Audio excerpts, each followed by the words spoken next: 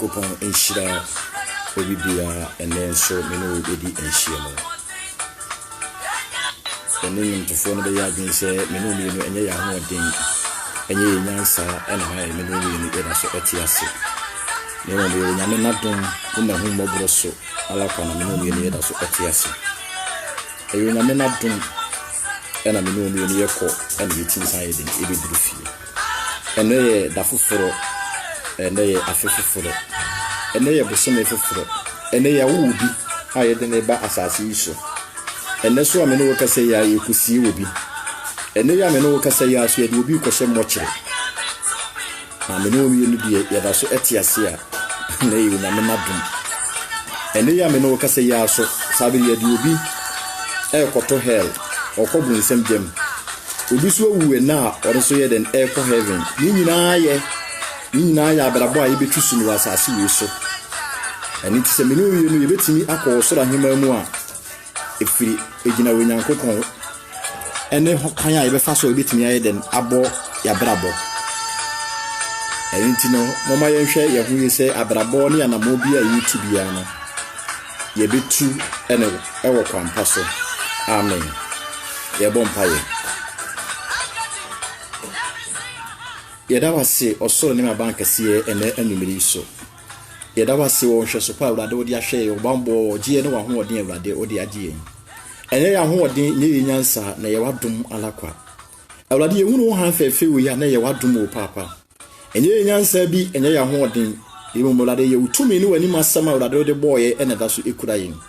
ija ye di sue nyina e de hyewonsa ija tiefu akoma hyewonsa mija mi nipa bia me ho hyewonsa so so awrade be kasa fa mi mu na awrade wo ma nyinhyira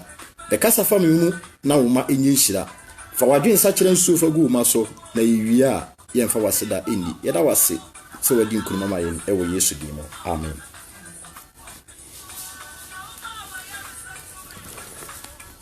ene yebesua Onyankopon asema matuni din say what should I do to be safe edie na menye na menya da nkwa eye asembisa a menumi no yebisa ye ho say ade ba ade na wo obeye na wanya da nkwa sana ede ba ade na mesomeye na mesometimi aye den enya da nkwa ansa na mede Onyankopon asembe bere no na me yentie testimony bi about this month year mu nyame ayi ni ho di a kire mimienu ni nyina mu na Yesu Kristo ye den eba na Friday night to Saturday na de ni hu ye ni se na osoro aye den abui na me hu se dwan akese ya me hu bi asase wo so da omo ye miensa ba ku di kan ebaaye de toso mienu baaye de toso miensa ebaaye a kire de di kan ya me hu se omo so se na ba ne ya abofo bebre na omo nyina ma omo nsa so mu kura abo e na omo to abo ye den eba asase wo so mani pa nyina ehu de omo ye mofra esu nipa etiemu nipa hu de na wonye nipa hu bre na wonfa badaye no manso anwie na menya ne ye we di adanse ka bibi a kire me numi ni se enema bia me numi ni ye na asase we so no ye nya hoboa esanse Yesu Kristo betimi aye den aba emire ya me numi ni ye kasai Yesu Kristo betimi aye den aba ebra woda so ete oboni mu Yesu Kristo betimi aba ebra woda so te wasisi awu sisi nipa mu enti niema bia ye no moma ye hu se mereboni bi ye den edaye nim etwen moma ye hu se Yesu Kristo ma ye na ye den adu eya na ye kan si ya nipa be sa agro bi na men kan na da wo se ye nima ye ho so no na de beba na ye den aba dream no ne me hu ye ne se nipa nyina esu ya bunko to de da fam esu srabo ne fa che se Onyankopon ye den emfa ye mbone enche yen ba sabire mu wono no bone fa che enye den eni ho biem fafire eni ho biem enti se woto na wo twen se Yesu ba na wo bebie wa no aka se onyame mfa wo bone nche wa that moment no boniface nye dem eni ho boniface nye dem eni ho enti ebra Yesu emba ye ya gospel no ye den enante eko no sabre yi na menu ye na ze bie ano na ye ka kire Yakobon se won fa ye bone nye dem enche ye menu aba wutie menu be ma wutie mamma nye too late emfa ma wo mamma wiase nye dem enya wo de man kasa me jima ni kakra me bo me bra bo kakra me drum le bia ma ye dem masesa ma adwen Bible say oyifo oyo sen efie wura ni nimda oyifo me ba na ko ye dem na ko boaboa na ho menu ye ni nimda Kristo ni be ba na ka ye boaboa ye ho esie ye ene nka be di bone ni bi itise aka na wotwe na be ka bosumi bi ama Yesu aba na ya start na ye dem na ya sere bone fache nanso Onyankopon de saade na ye dem e de hunta menu mienu wodi asie menu mienu wo so oba no kro poni na obofo mpo nyere enim ti se agya no nko a enim ti na menu mienu ye se ye ahweye e wo ya brabo aye bone ya na muntu ye tunu wasase we su nyina ne se ebire bi ba wan hwe menu mienu ye ntu ye ni no ebia na wo adwuma mu ebia na wo no yire na namoda ebia na wo no wayonkofo bi na monam saa mire mu na Yesu Kristo ayeden apie na ni monyamu na yebisa ho se Kristo apie na ni monyamu a menu mienu ya ye ready ana ya ahobo ana mama asori a woko endada wo de bia me kasa asem no manye se ya twere medi e wo CAC ya twere medi wo continuation ya twere medi wo Roman Methodist Presby two tap ne insonsori House of Grace insonsori abanyina no manye wa bi se wudi wo mu ya bomasu enti wanya nkwaje da bida nemom asori me ka tell say heaven ho no asori nye den eni ho nemom ahotefo ene wo ho amen wase minye den ana meye den na menya da enkwa ye bie ye twira sem akọ Matthew chapter 19 asempa no said ye Matthew twire ma ye ne etire dun kono yi mudun sia ekosi aduonomiensa Matthew chapter 19 verse number 16 to 23 pacho ma yentie Onyankopon asem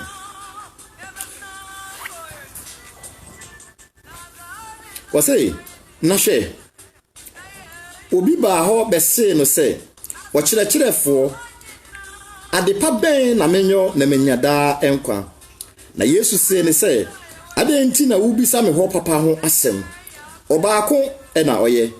na wase na se wopese ukọ enkwa mu a di miransem no so wase no se dia ewo hen na Yesu se no se dia ese eni ewu ensei awade emokro no ndi adansi kurumu diwaja ne wonani do yonko se wo ho abrante no ka kire ne se madi yenum nyina so die na aka ne bio amen ye beto so ye ka saa asemwe eye osikani bi a na owo ahunyade bebre na ohun se ne nkwa aka no etia enti otwipini Yesu Kristo ho ekobisa ne se wakyerɛkyerɛfo emra no die na minni so wokɔ ho se wode na adwen ekobiti Yesu ahun se wei se wo som na ka waye den na ka waye ni na Yesu Kristo ka kyerɛ se emra no de se minum ye ni edi ni nyina so eni ewu emokro no eni hu adanse kurumu di wagya no wonani se de Moses mra no ye den ekasa kyerɛ minum ye no na mra Yesu Kristo ka sansem we nyina ekire no moma yentie de abrante no ye dem ekae na se na abrante no ka kire no se madi yenum nyina so die na aka me bio Yesu so ni se wo pese wo ye pe a kwana koton dia wo nyina kwana koton dia wo na fama ahiafo na wo benya ajapade wo soro moma yensan ajapade no ase na yensan koton dia wo nyina amen wase koton wa japade na wubenya koton dia wo nyina ma ahiafo na wubenya ajapade wo soro na bedi machi na abrante ne te ensem no wode awerɛhoɔ kɔe efrise na wo ahunyade bebree ahunyade na san ababie wo ahunyade bebree ɛna Yesu ka kyerɛ na suafo ne sɛ na kora mese mo sɛ ɛyɛ den ma ɔdefo sɛ ɔbɛkɔ ɔsoro ahememu amen wasi na abrantie ne yeden ewa ahunyade bebre wo agapade bebre enti emra Yesu Kristo e ka kire se diwagya no wonnani do yonko sa ho eni adan sukuru mu abrantie se we die be fi mo frase e na madi we nyina so na Yesu Kristo hu se ye nokore na papa no yeden e kan eni ti waka kire ne se eni etadia eni ekoton wo ahunyade nyina wo agapade nyina na fama ahiafo na wo benya agapade e wo soro wasi emra abrantie ne yeden ete sa asem no nanim yeden esesaye nanim yeden echendiye debentia na wo agapade bebre eni ti Bible se wo de awere ho yeden esan nachi ekoye minia yensuya bibi emfria enye agapade a ye kan ho asem eye sika nko a enye kompenesia wo biebie yentwa sa amfoni we se wote boni bi mu na bone ne wodo wani di sa bone no ho na wo kwa asore na se sofo eboso a wotimi hu se obi e na akeka wo ho asema yeden akire sofo no enti ya na wani mu sisa wote bia yeden esisa die bentia sofo abo bone so enti wose ebra wo sikani ne ate se Yesu Kristo ka kire nse kona koton dia wo nyina na manyiafo na bedi machi no wose abrante ne dia awere ho yeden efiri ho ekoye die bentia na wo ahunyade bebre na ahunyade ne yade bia na esom ne bo esan se wo firi so many years emu na widen wo de nya sa agapade no na wa hia wo dakoro pe wo ka kire ne se won koton dia wo nyina emfa manyiafo eye wo a nka wo ebeye wo ya sa na eye mi a kame so ebeye me ya nanso onyankopon ka kire ne se na Kristo ka kire ne se koton dia wo nyina na wo benya agapade e wo soro esan se na abrante ni wonnim huhu mu nsam nti wo fa wiase wo valu wiase niema esene osoro agapade wo valu wiase afefede esene osoro afefede enti Bible se wo de awere ho ye den ekoye mini ama wutie mini ya be ma wutie mi ebia na wo so boni bi a wuti mu wuntimi nye den enjai boni bi aye wo agapade a esomobo emma se 1 week wuntimi nkobone no ho emma se 1 month wuntimi nye den enkobone no ho bone na abeye wo agapade eye wo fe esomobo emma se 1 week unko disco da emma se 1 week unfa ensa enka wano ana wungura adwamamomu ana atoro ne ntokwa unfa wo hunwuram eno so ye wo agapade ene Yesu Kristo ka kire wo se di wo firi sa agapade ja sa agapade ne to na brabedi nachi na wo benya agapade e wo soro manfa wo nto wo bone so manfa wo nto wo nimdie wo nyansa ekita wa wudi sisi nipa no manfa wo nto sa nimdie ni nyansa no so esa se emire bi ba Bible si wo nyansa no se mukoduru asamado a nyansa no mfa so ben e na mo benya afiri so osina o sikani no ye odefo no wo hunyade bebre na Yesu Kristo ka kire nse yentimi mfa sa hunyade ne nyeden enkopie o soro ahima mu se ye di wiase agapade ana ye di sika ana ekwa nka wo nka ho bi na nka meso me nyeden me nka ho bi nanso ne Yesu Kristo ka kire me no ye ni se ye mfa wiase mu niema ana ekwa o soro ahima ye ni mu yemfa wiase afefede ene ekọ osoro ahenie nimu na emom ye de abrabo konkono ene ekọ osoro ahenie nimu enti na wonyame kasa kire tumi no ye no fu se agapade biara me no ye no ekita yen a ye de yakoma adi akire enima biara me no ye no ye namu a ye de yakoma adi akire ye ma ne sombo ese ye nyankopon no ene Yesu Kristo tuwofo kasa kire se jai sa agapade na to na bedi na chi Wakara Matthew chapter 9 wase mu amoye adwuma bra moko moye de ebu mu mra menche na mema wa home Matthew chapter 11 verse 28 to 30 wase mu amoye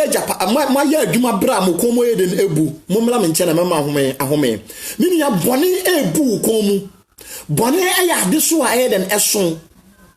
bone abeye wajapade a eson bo enfama edema wo untimi janye den ento minumienu onyame kasa kire minumienu tu minumienu fu se bone abeye minumienu ye japade nkonkonsa abeye minumienu ye japade atoro ni nipa wonsem kan abeye ajapade e de amawo ene Yesu Kristo ka kire wo se wonja sa ajapade na anto na wa medi na chi ha emira bi ba obetwa wo ato atwene Maybe ba obe few aye den afa nanim. Abrabo be na wobo. Suban be na wo denati. Ejapade be na ekita wo a wuntimi nye den enja nto. Sister boni be na wukita mu a wuntimi nye den enja nto. Boni be na wotimu. Enti wo betra sa boni we mu ama bonsam akun ato atwene. Wo be nante sa ko hibra we mu ama bonsam akun ato atwene. Muma yehu se onyankopon asiesie jabi edame no umie ni yanim etwen yen. Se mi no umie ni yantwe ho amfiri bone wo ne ya nante wo nokura mu a ebere bi ba onyankopon so obe fien afananum. Mama wiase enya wo de. Ena ade ba ko ye me fani se wo fa Facebook o ba bia obi e preachi. YouTube obi e preachi eye good. We bo mi no umie ne nka ye to mi no umie no fo se bibi ye den ba wo wiase. Mamfo wa brabo eni agoro de bia me ka kire se mama adamfo bi nye den enda dawo. Mama adamfo bi enna dawo. Mama adamfo bi nye den enda dawo. Se wo ma adamfo dawo na se wo tra wo boni mu na wo no bo akohwibira ebra bi ba wo be wuja adamfo no ama adamfo na fa wuwo so asakira na adwen. O tsikani no ko Yesu Kristo ho ka se o kire pa menye den ne menya dankwa. Se minum ye ne ye pe dankwa emire ya minum ye ne ye ti wo Nyankopon asemi moma ye njade ye wo mo nye den ento. Moma ye njade ye wo mo nye den ento. Mom ye ni wiase afefede nye den ento. Sister wo nya hwe da bia me kasa wo ye dote. Se minum ye ne yambre ye ho ase ne ye ni Yesu Kristo ati yambre ye ho ase ne yamfa ye ho amma Yesu Kristo na ye di ya ho ofa ati ha. Onyame ne bo onyame betimi age wo nkwa afiri wo nsem ebra me no umie ni ye kasa yi ebra wutie mi ya onyame betimi age wo nkwa aye den afiri wo nsem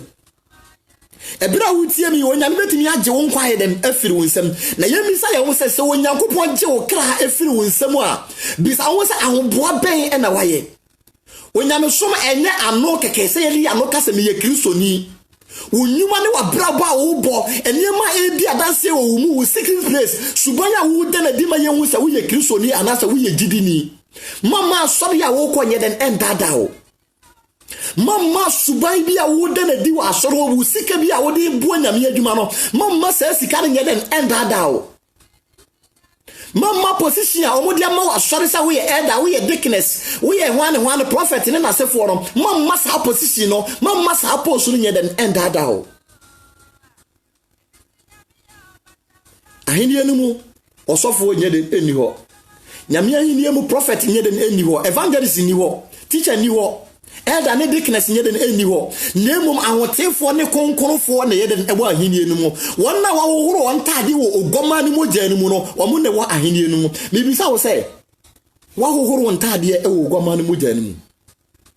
na wo sikani no penkwaje e de ama ne kra na wo pa ahini anumu chefa but na adwen se wo betimi di ni sika ne na hunyade aye den e de ato ahini no nanso Yesu Kristo twe na adwen esi su se na japade ya ekita no ntimi mfa ne huna wo soro ahini anumu enti se wo betimi di ne hu amma ahini na so wo betimi ewura ahini anumu a te se okoton de wo nyina ma ahiafo mini aba wutie me usika ebetimi adada wo wo japade bi a wo ye no ebetimi aye den adada wo esa se Bible say bebi aminu bi ne ye japade wo no eho na minu bi ne yakoma wo Ubeji edi se na wuti asonde mu na omo ka kire se wo company jato ma ubefiri onyankopon fie akodi company nachi ye ka kire se wo container bi aloko a ubefiri onyankopon fie akohwe container no achi akwan ye do wiase mu niema ye di yakoma heden edi wiase mu niema achi sire nyankopon ye bu nyame asem sin nyanko nipa ye bu nipa asem sin nyankopon asem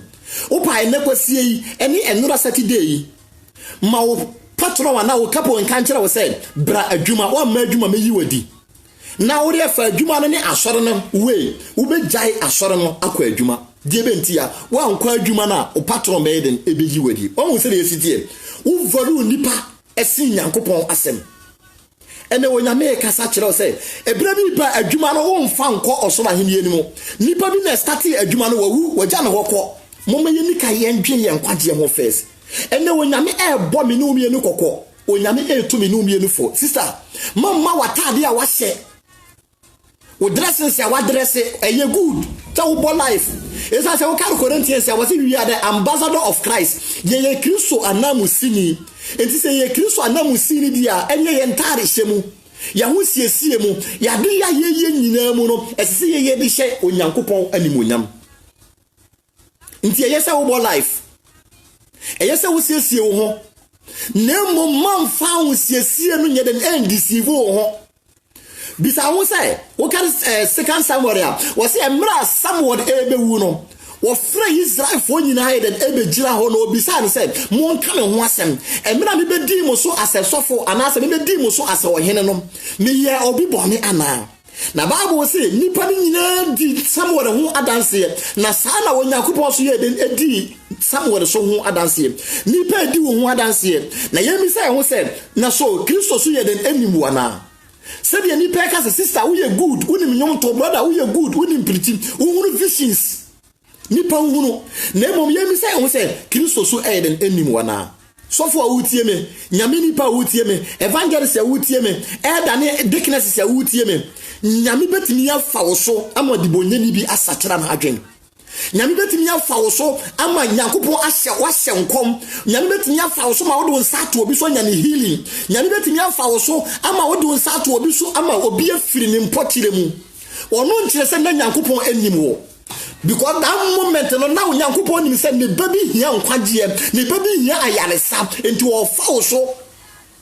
ama nipa na ayeden Nyankwagie hwe wo life ye wose menye den ne menya dan kwa menye den wose koton dia wo nyina sister ajapade bi ekitawo brother ajapade bi ekitawo eye bone wo chelese no wo bo sombo emawo bone no sombo ma wo de wa me no mi ni ye kasa hwe wakoma mu hwe dwendwene ho die bone pa na wontimi enjai wotimi ye pe wotimi nante konkunu ye mo bosome wutimi nante konkunu ye mu na wotwe wutimi nante konkunu ye mu bia obi kro potimi nante konkunu ye mu wanyi na wasen asanati bone ne ye den torment na hente no sa bone no abeye ajapade bi ene wonyame kasa kyerɛw tuufo sɛ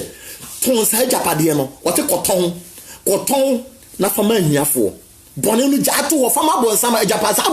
ajapade ne nyawo de ya bonsam de na wo de bejawo wodi ama wo se hwe so ka kire ne se wo mpabiem ka kire ne se wo nyeden wo mpabiem na bedi Onyankopon achi minia ebra bi ba se me mantimi anko heaven ni bia Onyankopon beyi sa da we e dia kire me se wo kai se emra bi ene 23rd August 2020 wo kai se na wo piriti kire nipa bi na emu mo amfa asem no wan so ahode na e wasam ma amfa anye wabrabo owie yemi sana wo so Onyankopon beyi da we e dia kire wo sabi ma wo kosia abrantie bi se won fa nkwaje asem ye den emberew wan buno esanse na ho ye wadanfo wan buno esanse won mo creditor wan buno esanse won ye prophet wan buno esanse na won ye wo sofo enti wan fa bu anye den amano mo ma ye hu se ade bia ye no ye kwa ko bu ho akontan amen ye ko John chapter 4 John chapter 5 asempan se de Yohane twelema etire num John chapter 5 verse 24 oma yentie Onyankopon asem John chapter 5 verse 24 ose nokro me semo se dia wote masem na wogi dia osoma me no die no woda enkwa na ole ma atemu na wotwam afiri owuo mu kɔ da nkwa mu amen Onyankopon se dia wote Onyankopon asem na wode ebuo ema no dia wote Onyankopon asem na wompirim na koma wose sa nipa na yeden atwam wo owuo mu die bentia Bible se wote me ni ama mu mpirim makoma Nyankopon ebo me no mieni kokodi nyome asem enam na difo na kyerɛkyerɛfo so se me no mieni yɛntwe ye ho amfiri bɔne ho enti wose nokora me semo se dia wote ma asem na wogidie no ɛwɔ daa enkwa Onyankopon emu waten enti sa wote Onyankopon asem a bɔne a woti mu no na watwe ho ayeden afiri mu esune baya wo mu no na wayi wo hwan den afiri mo wose sa menum ye ne tenene na ye gina asam di a menum ye ne ye den ye woda enkwa sa menum ye ne ye gi Yesu Kristo di na ye fa Yesu Kristo se ye kra ne ya ge nkwa Bible se menum ye ne ye den ye woda enkwa esa sa wo carry Acts chapter 16 verse 30 to 31 wose gi wa wura di ne wo Nyankopon di na obegye wo ni wo fiefo enyina enti ade ba ko edi kan se wo pese wo di Yesu Kristo ati wo pese wo fa Kristo se wo kra ne wa ge nkwa Bible se gini di esa se wo ni mi a ana wo hunu mi mapa bi ewo me mu a wo ntimi nye den antimi ni enti mama ye hu se Yesu Kristo amene wo ye ka no ho asem ne ye di ne ho nkomo yi wone na bo wo wono ene hie moja ye den egu mu wase awia ka asem bi wase wiase animdifo wiase adopters fo wo mo ya na nso mo ntimi nye moja da Nyankopon de sadi we dia ye den e dia hunta nipa ene na ma ne Nyankopon nti sa nipa we na menum ye ne ye ka no ho asem dia wo bo wo ne wo nwene wo no ono na ye ka no ho asem se wase jimidi se wonim se wo maame na wo na wo di buo ma wo maame a hunu wo se obi na bo wo de to wo maame yem ansa na wo ba asase we so enti fa sa buo no ye de ne fama nipa no se nipa bi bie adwuma ma wo na wo de wo koto adwuma na no na wo di suo ne ahopopo enti nokore e ma sa nipa na Onyankopon kasa kyerɛ wo se woni na ma wo nkwa woni na ma wo home me no wo kasa ya metimi atwa hwe me nsɔre biem sa na wo so wutie me ya wo betimi atwa hwe wo nsɔre biem die bentia die ma wo nkwa die wo nipa dua so tumi die ma wo ahoɔden no betimi agye wo kra na wo nkwa afiri wo nsam enti ansa na wo begi wo bie di no die nipa no wo die nipa no betimi aye eno na wo hwɛ na watimi aye den aginadi enti yanhwa osoro onyame na bo osoro ne asase ye ponu de wo mu nyina na onyame na bo po emu mpata ewiem no ma nyina Onyankopon na bo ye ye de nyina twato na de nyina to nchen ya wo a wutie mi no onyame na bo wo enti agen na de wo bo wo de wo ba asase we so no wo po ne nyuma na wudi sumachi wudi sumu nyemachi enne nipa dobonsam nyuma esene Onyankopon nipa dosumu nyuma esene Onyankopon sister man for brabo eni agro especially akontufuo ya yetu kwan mumma ye mfa ya brabo ento chacha watu kwan wo Belgium wo Italy wo Germany wo France wo US won hwe ya wunua bia wo man Ghana e be fa wo ho akọ heaven na wo da so eto brabo mum gementia stress nipa ne the pressure to so wo baby school fees wunua bi school fees wo fa sia bi school fees o bre o struggle say wo betimi abo fie eye good se wutu kwan ya wo hwe wunua no na nso wunua ne te asondam kosia na eyi nyame aye ni wunua no se wo firi ni pemu no firi na koma mu nyina na wo de no ho to Onyankopon so sum nyame ya wo bet kobo nsem dem na wunua no wo heaven die bentia wo kosia da isa wo kosum nyame memende isa wo kosum nyame no sa bere no wo tie adwuma mu wodi buo ne ani di aye den e dia ma wo adwuma ena wodi buo ene ani die dia ma wo patron ena wogya Onyankopon wato Onyankopon adwuma to wo asawram ena wunua no so yeden no wo fa se omoti Onyankopon fie e wo man Ghana Nigeria mu na omo yeden omo sum nyame hwe wo life ye akontufo ye mobo akontufo ye mobo ye nyina wiase nyina ye akontufo asase we so na e ba wo nam fam a ye sanu mi no mi yerusa ye akontufo enti se ya mo ya brabo ye ne ya nsum ye Nyankopon yi a ye bere ebe ye kwa eyesa wo hwe wunua na emom dwene wo so ho first ade ba ko a ehia ewo ya kwan mu ewo ya brabo mu se nipa ye bedwen ye kra ho ye ni kan pe ba bi ma ye kra no nye den enko home anse ya hwehwe wiase mo japade o sei no kure mesemo sei dia wotem asem na woje dia wo soma me no edie no wotwem ayeden afiri owu mu ene wonyame na me so kasa kirewo se woje asem ni di na wo hu se asem no afiri me ana asem no me na me tweye na wo somu a emu ahode be ye wo tefa emu nkwaje be ye den be ye wo tefa enti Yesu Kristo na wo sisi dua aka kire Farisifo no se won na woje mi die no woje dia wo soma mi die no se mo se mo ji Onyankopon di a enye mo nji me Kristo no ye den emi esa se mi firi ni nkyɛn ene baaye enti se woto na wonji Yesu Kristo ni wonje won konkuru ni a wo nipa no waye den wayera Emu say churches bebre say menji Holy Spirit ni. Enya asori a wo ye no emfa so ben ne wa asori no so. Nipa ben na wudi ni di. Wan na eboa wo. Esa say twira se ma me no mi ne yekitai. Ho konkron na ma me no mi no entiase. Na wonji sa ho konkron ni. Na sa wodi wunyansa ne wonim die e na be kira ase. Onyame nkasa nkire wo. Na wonyankopon ye den entuofo. Wase menye den na meja dan kwa. Wase jidi a wosoma me didi. Moma yenji wonyankopon ni. Moma ye hu se wonyankopon wo tumi esene Donald Trump. Wonyame wo tumi esene Akufo-Addo. Wonyame wo tumi esene wiase ama mpanimfo nyina la. Wonyame wo tumi esene bonsama wodi na Japade aiden e de ahye wonsa no. Na emom oso wodi obi apɛ ama no. Wate se wa wo ba. Na wo ba bi wo hono ma omo yamienu ba ku buade ba ku muade na wagya obi apɛ ama no. Die betie wa asam no na wo hwe no. Sei na wonyankopon aye nipa. Wagya me no mu ye nyina ye pɛ e de amaye. Woto dom ye di masede so. Ena wo do bonsam so adi na sede so. Enti nipa apeke sumu nyuma. Ene nipa do ensanom. Nipa do adwamansem. Nipa do asisem. Nipa do krono. Nipa do ahantan. Esen odo. The fruit of the spirit of Galatians chapter 5 verse 22 ekono. And nipa nye den enno sa ne ma no. Nemo Galatians 5:19 ABC 21 no. Sa ne ma no na nipa ye den edo. And come a topic in home, but my kind. Galatians chapter 5, verse number 19. Galatians 5:19. What's it?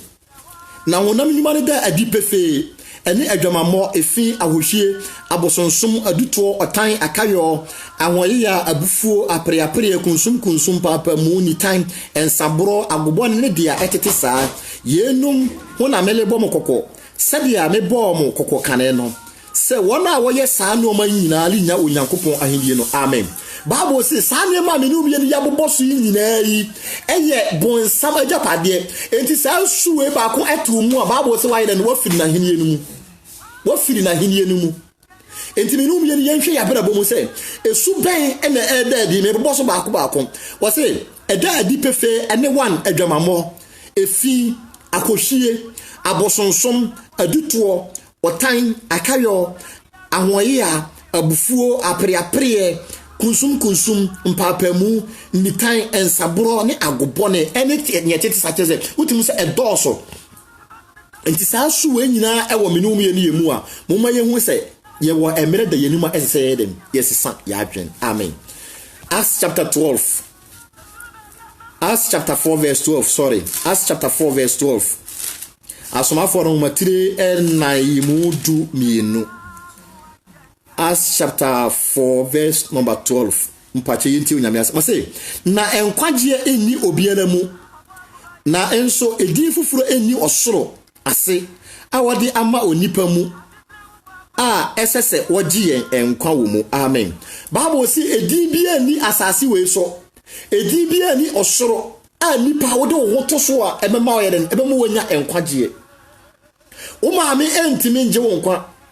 kwakufiri entimi nje wonkwa bochirwa entimi enje wonkwa entonya ma entimi nje wonkwa Muhammad entimi nje wonkwa nemam ye wodi ba akupa menum ye no wose ye bosa dinu a nkotodwe nyina ayeren ekoto mata kireba nyina apa mu kase sadinu ni ye wura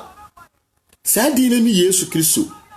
sadinu na menum ye ni ye ka no wasem enti wontimi mfa wo nkoto wo nim die so Wuti fa won koto kramo so se enam Muhammad suntimi ko heaven wayira was edin bi ani asase we so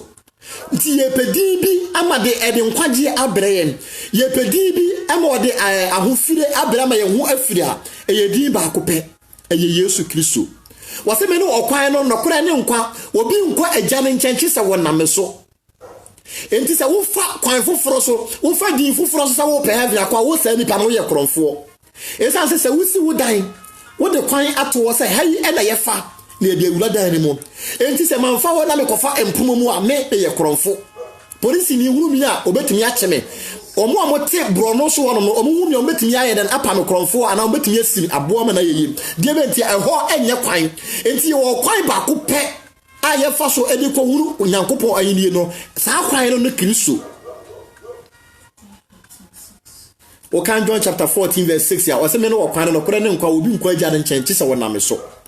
enti me no wie no ekwan ba ko pɛ ene ebetimi aye den afa so e de nya nkwagye ene ne Kristo bisa wo se ene Kristo e wo abrabo no mu Kristo ofa Kristo se wo kra ne wo nkwagye Kristo se wo na bisa wo se Kristo enim wana mama asore endada wo babu ne kita mama ne ndada wo amen yet waso Matthew chapter 9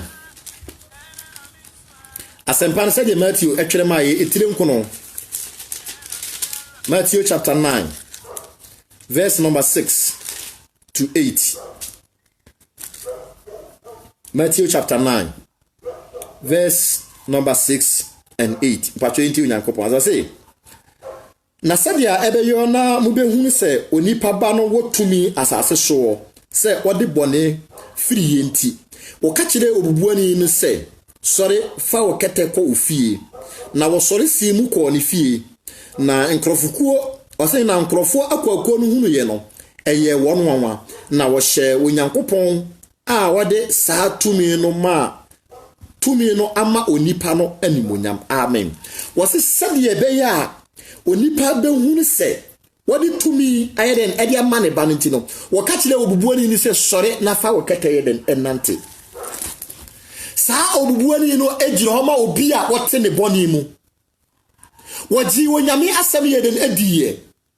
eniti emira Kristo yeden ehunu no enam sana nakoma eni ni gidi ayeden akonete e woni Kristo akonete ntino Kristo kachile nse sore na fa wakata yeden fanante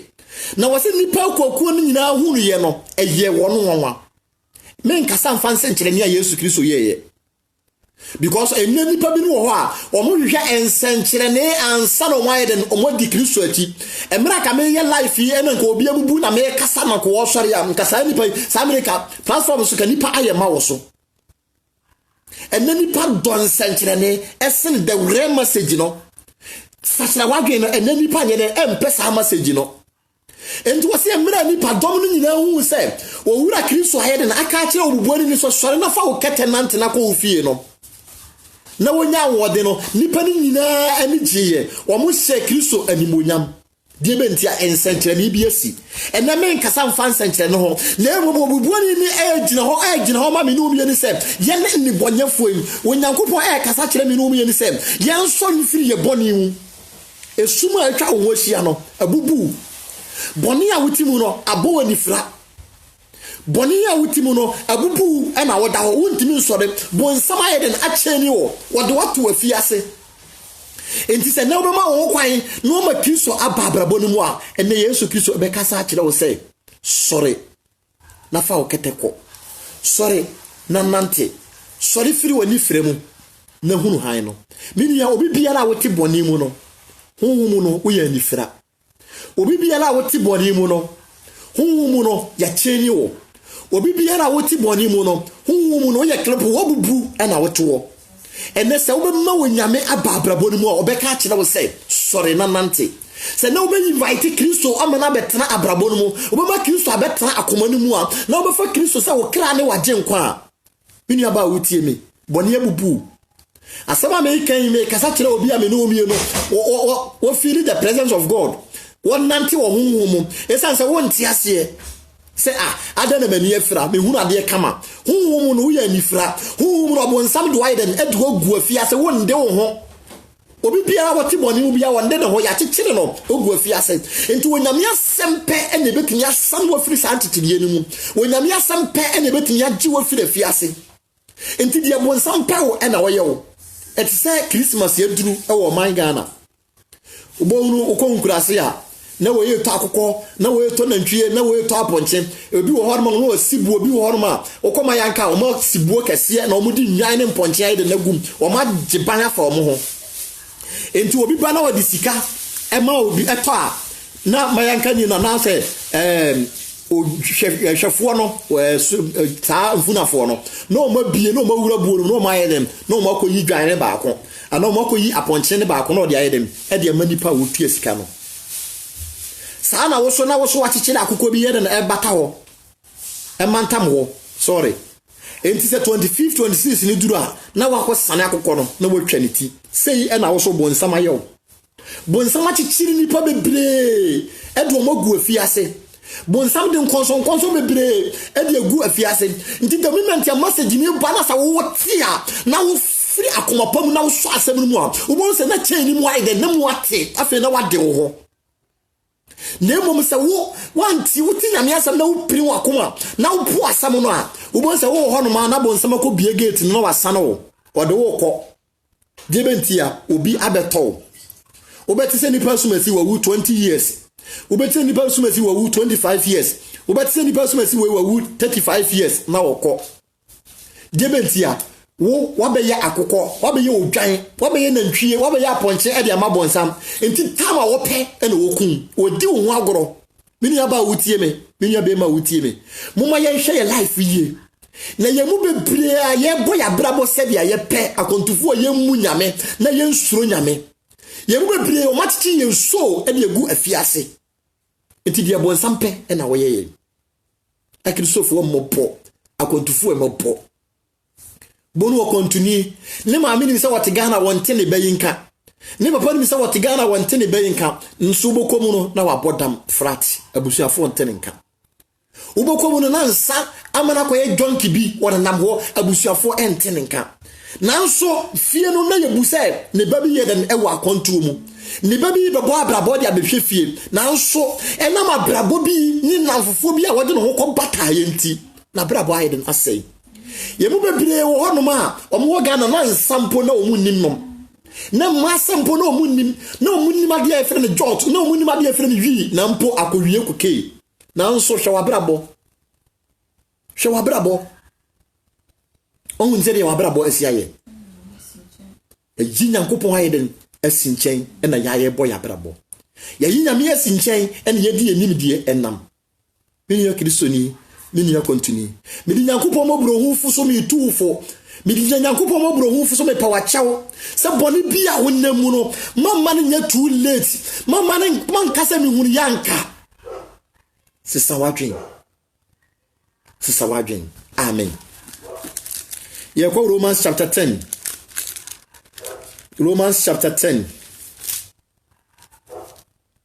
Romans chapter 10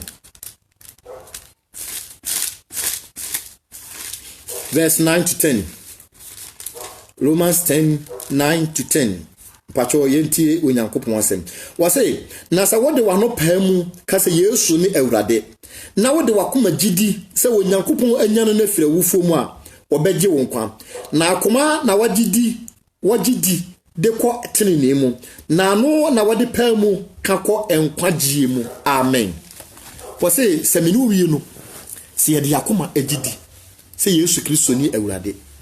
na nyankopon anya no na fira wufo mu na yede ya no paamu ka menu wi no enkwagye ne ye enye sa wode wa no na paamu keke se mi medi obi awu a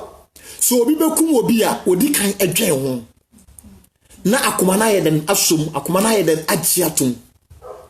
ntubo hu se obi a stress ya hye ne so ana bone a hye ne so se ye onyankopon e ka kire wore se ke o se ke enti bone na abebutu wo kwan anu bone abe hye ne so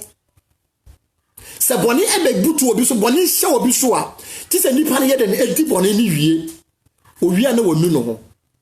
enti mimidika yede ubedika ya dwen wakoma mu odwen na akoma na yeden asom mekum ni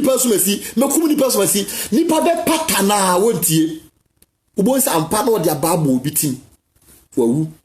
nipa no wuwie na ubonsa spirit no wom na ye bonsama edi ni so na be hye ni so no ubonsa na afiri nipa ni mu na nipa na regete enti mi na ma yes ade we won se na sitie wodi kan adwe ho e ma ne be yes kese ebe di hene e wa akoma no mu e na wodi ko di sa abone no se na tie trasi di dwen se wan ne bo soro dwen se wan ne bo asase wan ne bo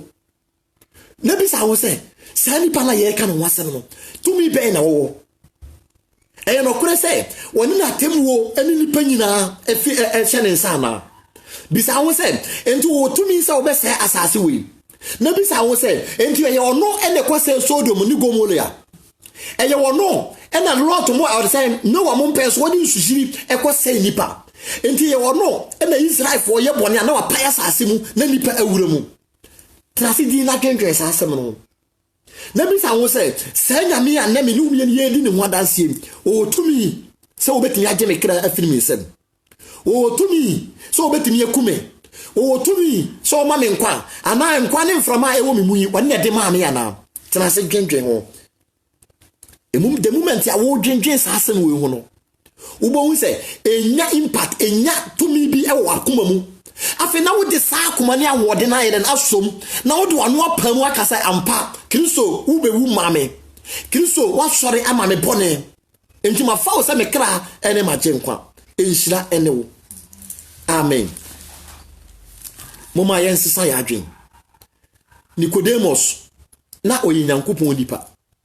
Okare John chapter 3 verse 1 to 21 na woso dua na ho anadwo no ekọ Yesu Kristo nchen ka sa wo kire fo pa wo na bi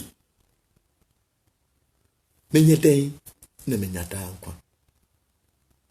na Yesu Kristo ka kire se ya hu obi fufura ontimi nye den enko hyeren onyankopon ahedie ni mu na wono ana wo ye kire ni na wo ye sofo te se me no bi enu aye kan nyankopon asemi na wo ye elder te se wo na wo ye prophet te se wo na wo ye teacher te se wo intine ni pa buru e wo felisifo na mo mbre so na mo bu no so wo ye kire ni o mo bu nse mra no na wo nimpa na Yesu Kristo bisa ne se na wo a wo ye wo kire fo a wo kire no e na wo nim sa na ma wi e na Yesu Kristo ka kire se ya ngo obi fofora ontim nye den e mama hindie ni mu was na ba bia manyina duri meside ya komen na yem amana sana yeden awo me foforo Kristo e ka honhom nsem no na ono so ka honam nsem say na sofofo bebiretie because they don't believe the Holy Spirit enti nyame won konkon ntimi nyeden en kyerɛkyerɛ omo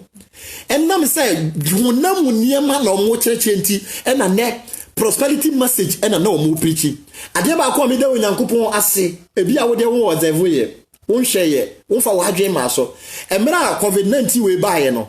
afa na preaching pa ekoso e wo social media me de madwen ade akiri first na ente sa but ya de we baaye no e na me kura me ba mu nipa wo se enemma huriti ama ye hwehwe nsankyere ne ansa wo se wurabi intimacy dan na makomen na yem amana yeden awo me foforo na Yesu Kristo ka kire se yemfi ensuomo anwo obi foforo a untimi kwa benso asubo asem na me ne omi ne yeka mini aba wutie me mini aba ma wutie me su ni abrabo bia ye wo mu no onyankopon etumi ne omi ne fo se me ne omi ne yeyere yensesa ya adwen Acts chapter 16 30 to 31 wasi je awurade ne onyankopon di na obeje wo ne ofiefo nyina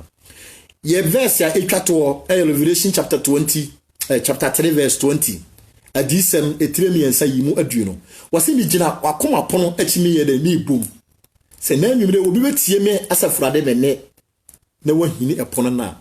me mebam na me ni nipa na to nsa ayeden adidi se wutu fie obi bebele wo opa na wo bie no opa wo mie ene onyankopon de ne pe ode wo pe so amawo onyankopon asema ba wo nchen opa tie opa mentie na dabi ba ebeye dabone amawo se na wo rejecti onyankopon asem na wanfa ni die ni obuo ama onyankopon asem a ebere bi ba onyankopon be kire wo se woni ne bo woni na nwino woni de wo ba asase we so wo sutumi enti na wonyame e bo kokko ene onyankopon e frew wojina komanu mu e bom Peter wojina komanu mu bo sister Cecilia akuya na afia obom wonyankopon e bom e wani eden so wonyankopon e bom tisa wudina utawudemu na obi popun gongongongongon bia na bibi ayeden asi bia na obi e pamono bia na bibi ayeden asi enne wonyame de abufu e bo prum se bie no esa se ne bra aka etia emra aka wasase we so no etia enne wonyame e bom die asi bia jamane nko abrabone de aye bia jamane nka na fa wo manyankopon bra kwa me nyame hira o be no na start ye wie obi bia wo ba so bia nyankopon enhira brother nyakon nyame hira obi bia emra he di wo nyankopon asem e ba wi o se menye den ne menya dankwa 1 fa Yesu Kristo se wo kra na waje nkwa na fe nu ho na ka che Onyankopon se Awurade me yodibonyani hono me dibonyani mobo me se me minti bo udi so se me minti na wo Kristo ubewu maame Awurade me mawu yi so enye hunu me mawu yi abamfaso eso abamfaso bo sampa ye wi ka che Onyankopon se wo hunu mobo boni bia wa ye no Onyankopon ehunu mobo na fe ka che Onyankopon se wonye dem o metra akoma no mu o medi ne ewo akoma mu menu aba wutie me o se menya den na menya dan kwa twe ho firi namfofo bone ho de bia me kasa asa oni nipa wo no omo etu anamo wo no omo wiensa wo no omo pemba wo no omo di nkwase agoro sorry to say nkwase agoro no twe ho firi sa ankorofo no fa Kristo ni adamfo enye obi a wokọ asoro keke obi a waye serious obi a wo se o fi se nyame tumi atini mu fa sa ni pa adamfo o fa osofo adamfo osofo o firi nyame na wodi nokore ekire no fa adamfo bisa sensem papa eden na wutimi fa Kristo eden na wutimi ka Onyankopon asem kwan ben me pesa me yese wo Paul say mo hwe me nyeden ensua me se de me hwe Kristo esua no no wobetimi ahwe osofo se osofo ye good wobetimi ahwe na ayeden esua na emo osofo nye good ahwe Kristo na esua no ja wo pem Onyankopon wo say akawade ba akopɛ koto de wo nyina na fa ba hiafo abedi mechi ajapade ben na wode wakoma di akini ene nti wo mfa nyame asem enye hwe ajapade ben na wode wo ato so ene nti wo mfa nyame asem enye hwe wode wadwuma na ye wunyame wode wawade na ye wunyame wode wonyumto bi a woto na ye wunyame wode adwaman na ye wunyame wode ansanom na ye wunyame nkonkonsa na wode ye wunyame na wunyame kasa kyerɛ Unyame etufo enka achi mawo se wunwu ya unim enmire ya woda so etiasi Unyame kasa kyerɛw sisa wadwe menu aba utie me ma hwɛ bɔne ya wadi ma hwɛ nyinsa yiguo dudu wadi wayiegu Onyankopon dɔ Onyankopon efrew Unyame ndom yen womwa yen womfa na asɛm ahoɔden emfa medom yen womfa na asɛm mutumi enyi yefiri enkyekyerie biara mu wonfa na asemu anwoden emeji emfiri nkonuye mu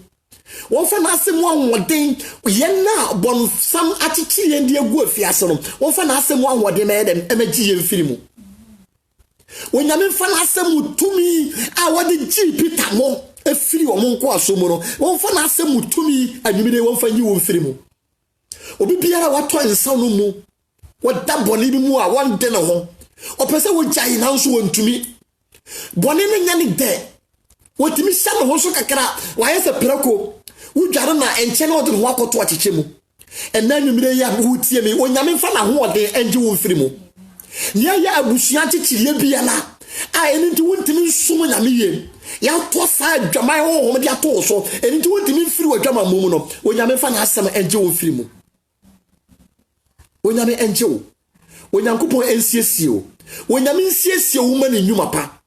wonyi wonfiri wiase afefedie mu na wo mo wani framfiri wiase ne manyina mu wonyame mo wani framfiri anafofo boni biara mu nipa biara ha waje wo contract ene anwumire nipa biara ha wabɔ wo pase wo ma wo nsum nyame da biara dam wo Yesu Kristo di mo nyame ja enkɔ so wo Jesus Christ di mu ene anwumire onyame nsane yenkonua woni yemfiri chichirie biara mu woni yemfiri esu awere ho pensi biara ye komu eni nti yentimi nsum nyame ye onyame nyi yemfiri sa ya wodie mu ewo Yesu Kristo di mu Yankopon enhyirawo nyame ye wokese se wodi akomapa na waji sa mpa ibo yatum afi onyame ahoɔden a onidi Israel fo anim no sa ahoɔden eni wanim eni wachi ewo na wotwi akwantu mu emfidie biara yesunsuma fa wanim ade ato wanim sɛ ye bɔne a wokwakotum ebe ye sun ebe ye ayere ho sɛ meti asɛm yi medi Onyankopɔn nsɛm di ye na we yatom de onyame enyim firi enso onyame fa ne mogya no emfa nteme ne umie ne yabusua ho ommo minumie no ho ban ommo ye yire no ommo ye ma ommo ye kunu ho ban no fa yensie ne ntaban nase Psalm 91 enye wo mpaibo Psalm 91 enye wo japade Psalm 121 enye wo mpaibo enye wo japade e wo Yesu Kristo di mo Nyankopɔn nhira wo bia onyame nka ye ho nyame boa na Yesu Kristo ama next week obesan atimenka Nyankopɔn nhira ye e wo Yesu di mo amen me ma wo bia bye bye